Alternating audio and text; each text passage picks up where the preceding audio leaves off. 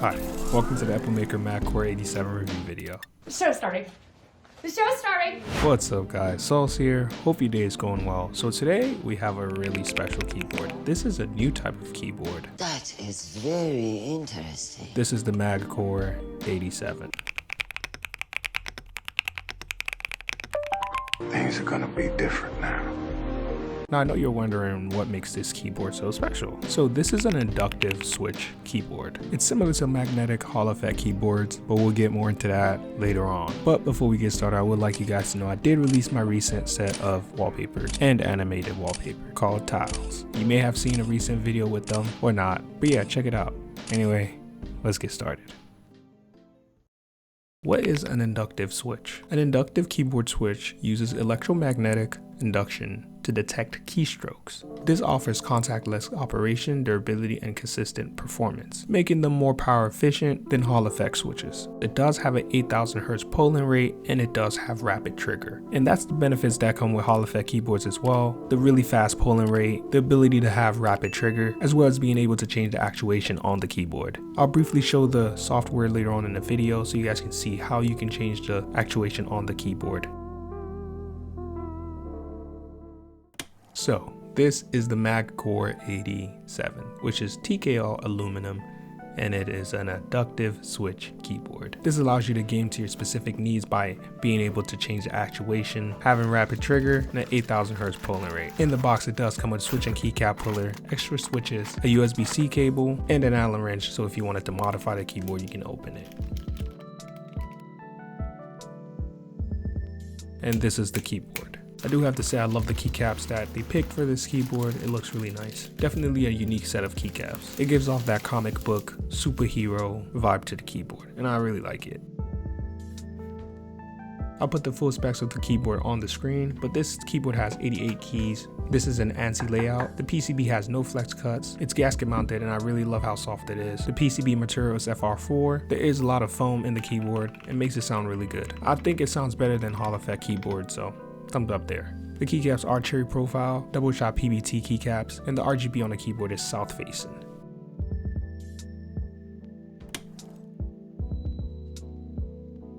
This keyboard is not 3-pin or 5-pin swappable, it's only inductive switch compatible. So you can switch it out with inductive switches, which is a fairly new technology in the keyboard space. So you have to get around to finding switches that match this keyboard or work with this keyboard. I'll put the full specs of the keyboard and the switches on the screen, so if you wanted to check it out, you can. I was honestly really surprised by the switches, the way they look, the way they function, and the technology honestly is really cool. It's kind of weird seeing that metal piece coming out of the bottom, while with Hall effect keyboards, the bottom is literally flat. The magnet is underneath the switch, but it's completely flat. From a functional point, inductive switches are supposed to be better, although the technology is really similar. I do have to say I like the way Hall effect switches look better than inductive switches, but that's just my personal opinion. As I mentioned earlier, we'll go into the software later on in the video, and I'll show you a few things in the software. Taking the keyboard apart was really easy because the Allen wrench they provided to you. And it's a pretty simple standard keyboard. It's just that the switches and the PCB is different. I really think this is a really cool technology, and I'm excited to see the future of it, honestly. And thumbs up to Epomaker because this keyboard does look really nice.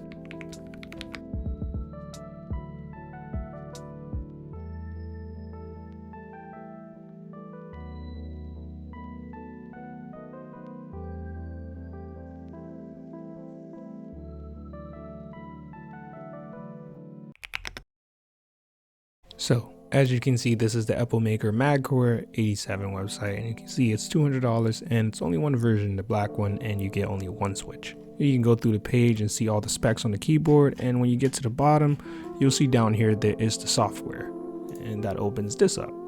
So let's download it. Downloads a zip package, and go ahead and extract it, open it up, and then run the application and install it. And when you launch it, you'll see this is the software, and it looks pretty neat at first glance. It does look really nice. You can change the light, media, macro if you want to do that. So there's the lighting page. You can do a ripple effect or do single or off and apply, and it actually changes it. You can create macros on this page. Change the travel distance of each key. As you can see, you can like change it like that. So let's go ahead and maybe do that for these ones right here. These are like the gaming keys, and then I want it to move as fast as possible and apply that, and you can see it changes that. If you wanted to do all of them, you can do select all, move it down like that, apply, and it takes a little bit of time to do that. As you can see here, you can do fast trigger mode, travel, independent, uptake, downtake, sensitivity, and sensitivity here. And then you have the about page where you can check out the keyboard. So here's an example of changing the actuation on the keyboard. Right now I set it to a low actuation so the key press will trigger faster, or it takes less to trigger the key press. And then when I change it to a higher actuation, it takes a bit more before the key actually triggers. As you can see, I have to press all the way down for this version as opposed to the other.